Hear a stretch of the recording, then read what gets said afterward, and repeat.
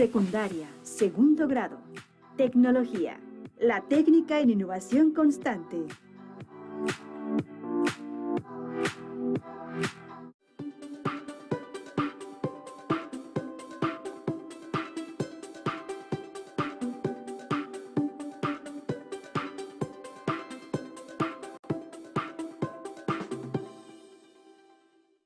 Bienvenidos alumnas y alumnos de tecnología de tercer grado de secundaria. Es un gusto que nos acompañen a esta sesión de Aprende en Casa. Aprende en Casa es una estrategia educativa que la Secretaría de Educación Pública creó para llevar a cabo trabajo colaborativo con la familia y reforzar los aprendizajes. Identificaremos las características de los procesos y avances de innovación a lo largo de la historia.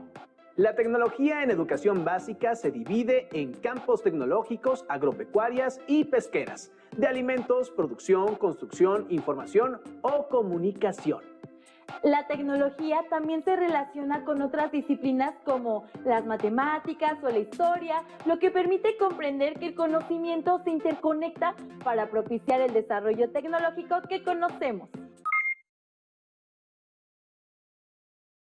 Considera el siguiente experimento. Tenemos dos pedazos de metal, cobre y zinc, que vamos a conectar usando cables conductores. Y ahora sumergimos los metales en un electrolito, en este caso vinagre.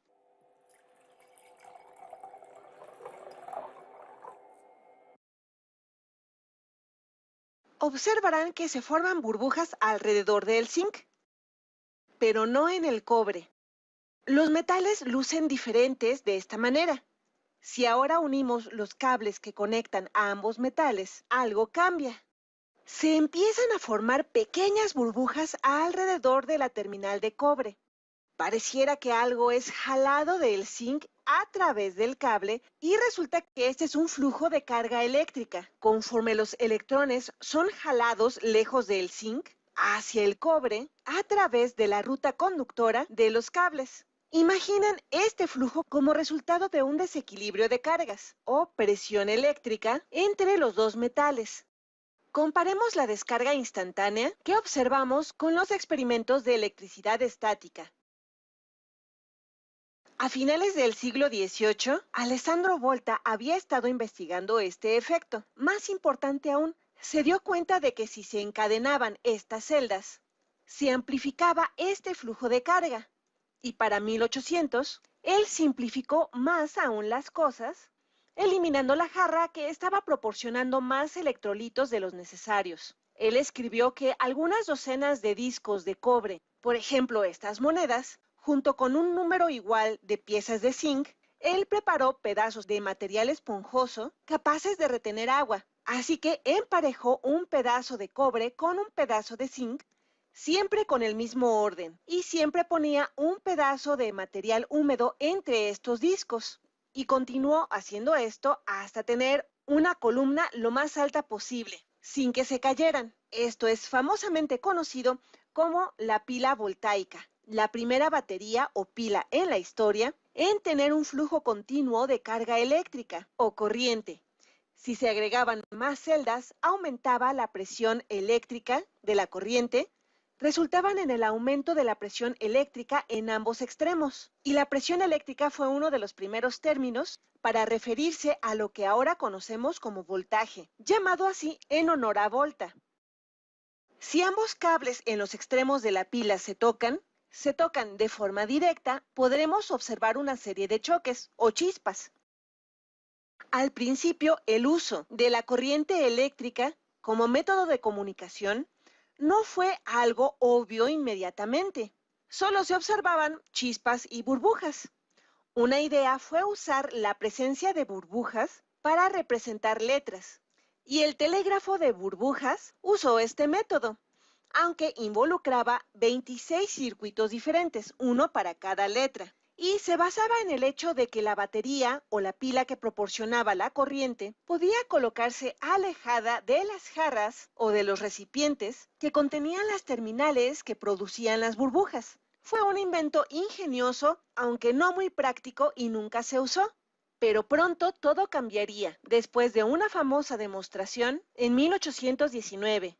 se encontró que si pasábamos un cable cerca de una brújula y conectábamos este cable a una pila, en el instante en el que el cable hace contacto con la pila, se movía la aguja, sin tener contacto físico alguno. La única explicación era que la corriente que era llevada por el cable creaba un campo magnético temporal. A esto le siguieron varias pruebas para descubrir la dirección de este campo. Primero se pensó que apuntaba a lo largo del cable que llevaba la corriente, o quizá emanando hacia afuera del cable, de la misma manera que viaja el calor. Pero después se descubrió que estaba viajando alrededor del cable, en círculos perpendiculares. Así que un lazo de cable crearía un campo magnético que apunta a través del centro de este lazo, girando hacia afuera. Esto se convirtió en un galvanómetro, que se diseñó para detectar y medir corriente eléctrica. Simplemente era un rollo de cable o una bobina con una brújula suspendida en el centro. Cuando se aplicaba corriente eléctrica a la bobina o al cable enrollado, se creaba un campo magnético al centro del cable, rodeándolo por afuera, de manera que la aguja siempre apuntaba de forma perpendicular a la dirección de la fuerza, que se encontraba en equilibrio a ambos lados de la aguja. Y mientras más fuerte era la corriente, más grande sería el movimiento o el desplazamiento de la aguja.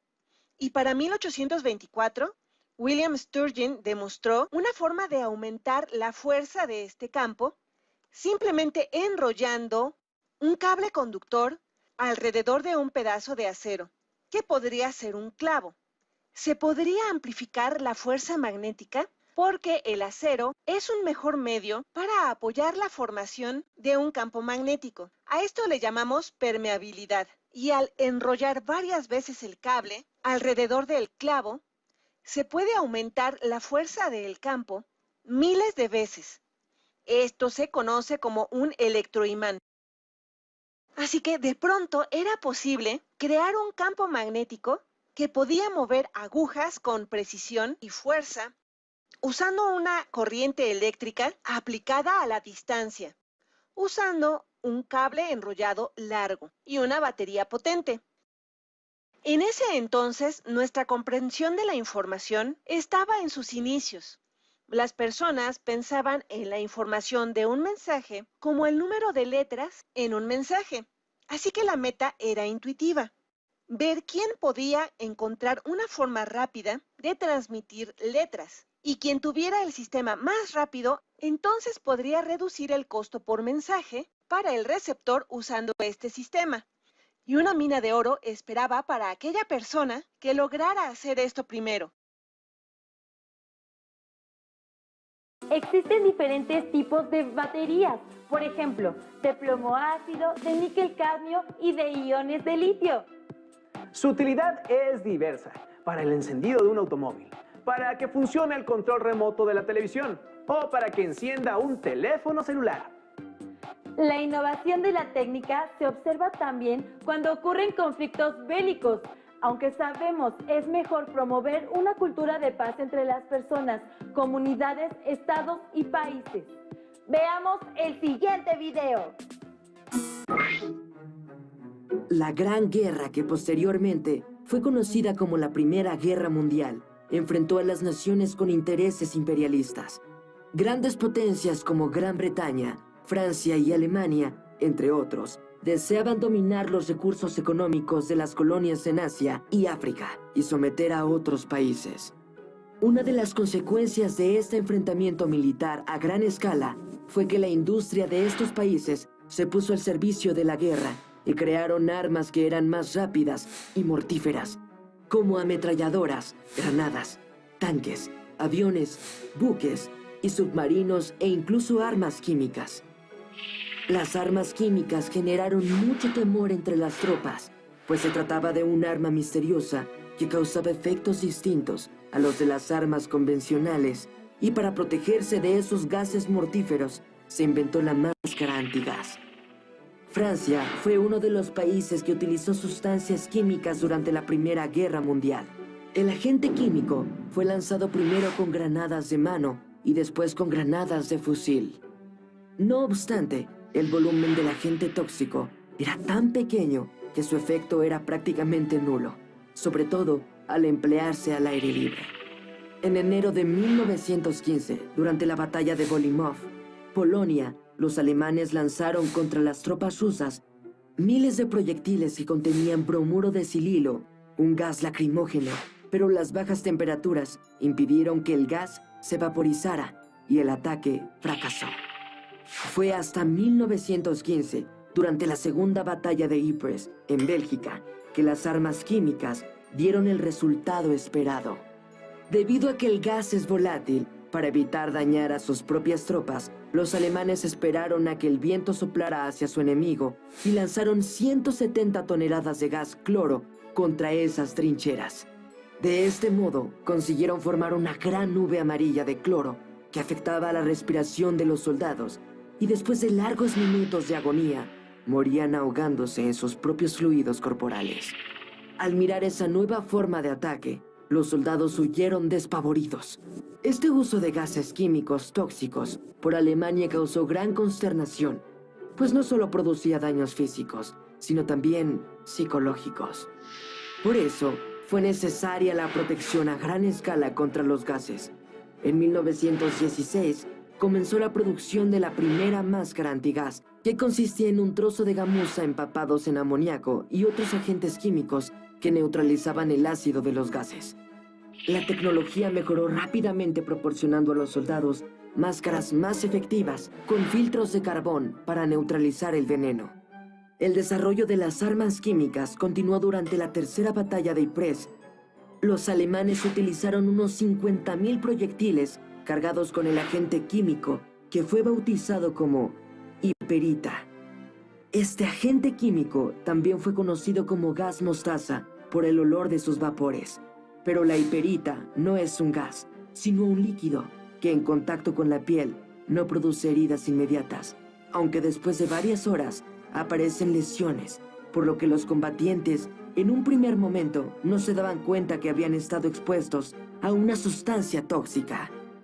Las máscaras con filtros de carbón no eran efectivas contra la hiperita, por lo que los soldados debieron protegerse con prendas impermeables. Al término de la Primera Guerra Mundial, varias naciones desarrollaron industrias de armamento, incluidas armas químicas. Por ese motivo, la Sociedad de Naciones organizó la Conferencia para la Supervisión del Comercio Internacional de Armas y Munición en Ginebra en 1925. Allí se firmó el Protocolo de Ginebra, que prohíbe el uso de armas biológicas y químicas.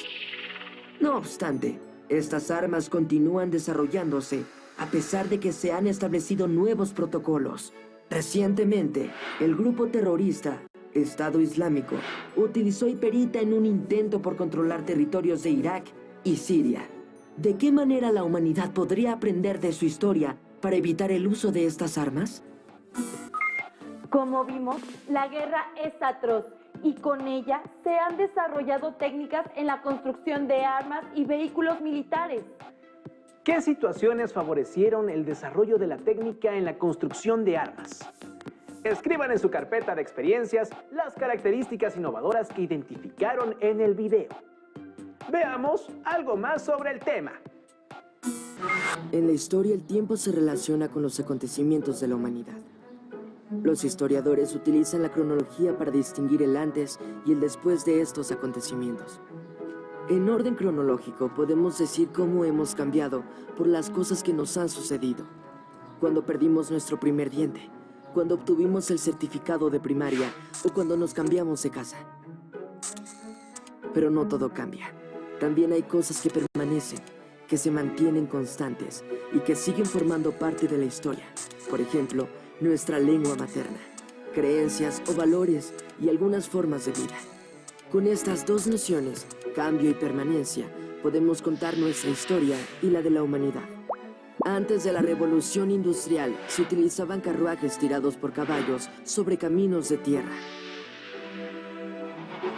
Durante la Revolución Industrial, la aparición de la locomotora y el desarrollo del ferrocarril revolucionaron el transporte.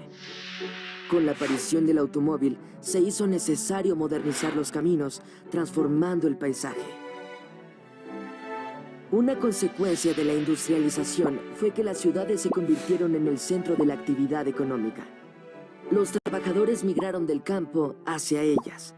Hoy en día, en las ciudades de México, Guadalajara y Monterrey, se encuentra la mayor actividad económica y diariamente muchas personas deben trasladarse de las zonas vecinas hacia sus centros de trabajo. La migración internacional a gran escala fue otro cambio histórico que comenzó con la industrialización. Miles de europeos viajaron a América, en particular a Estados Unidos, a través de contratistas, a quienes les pagaban por un viaje en las bodegas de los barcos, en las que habitualmente se almacenaba al ganado. Así estos contratistas obtenían sus ganancias con el transporte de migrantes que se empleaban en las obras del ferrocarril o en el trabajo de las minas.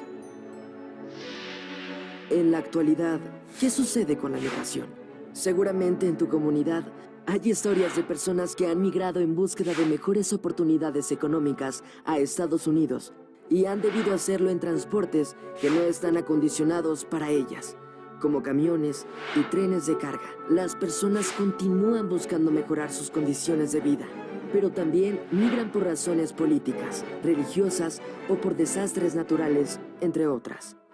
La industrialización del siglo XIX fue un proceso que transformó las relaciones económicas, a la sociedad y la vida cotidiana de las personas.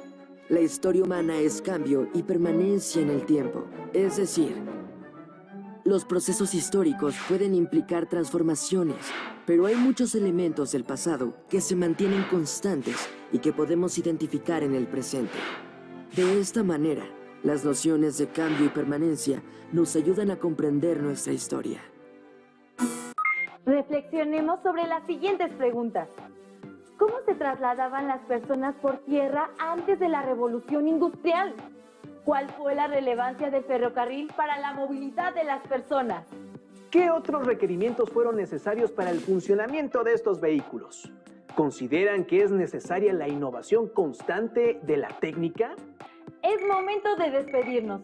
Los esperamos en otra sesión de Aprende en Casa. ¡Nos vemos pronto!